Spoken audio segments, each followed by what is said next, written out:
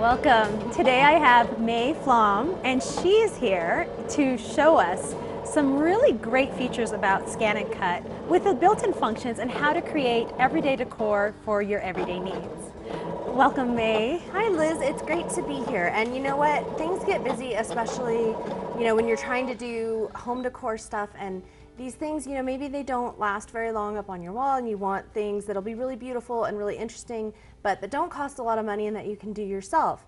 And what I found, what I love about the Scan and Cut is that you can put all different textures, from glittered paper to mulberry papers. There's all different papers that I've just have in my scrapbooking stash that I can use and put together to make myself my own little wreath, and quickly, because the Scan and Cut does all the hard work for me.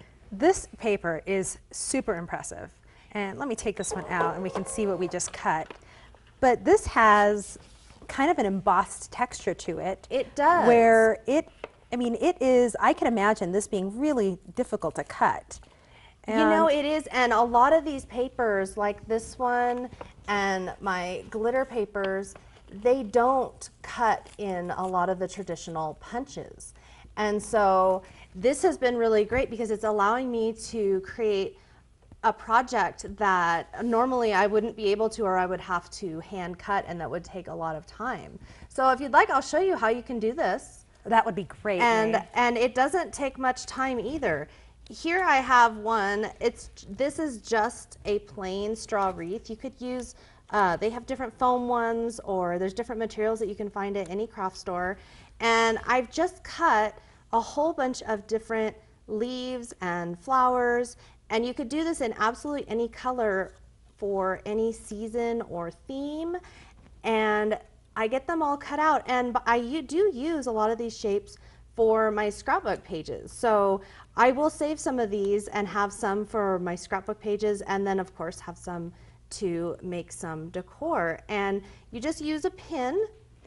I think, I'm sorry, I don't mean to cut you off, no, but that's the most absolutely. impressive part, is that you just use a pin. And my whole thing with the pin is I don't like waste. I don't like to have to throw things away. So if, for example, our fall wreath, if I'm going to make a fall wreath and it's going to sit on my wall for 2 months, well, at the end of that 2 months, this is not a project that I would necessarily have storage for the whole year. If I just take all of the pins out and separate out the pieces, I can now use all these pieces on a paper crafting project or store them in that way. So all you have to do with the pin is to just press it in. So essentially all you do is cut out your shapes for the season and put them in a baggie. And whatever colors you'd like, and then you can just layer and tuck them under. Here you can see I've got some snowflakes that I've cut.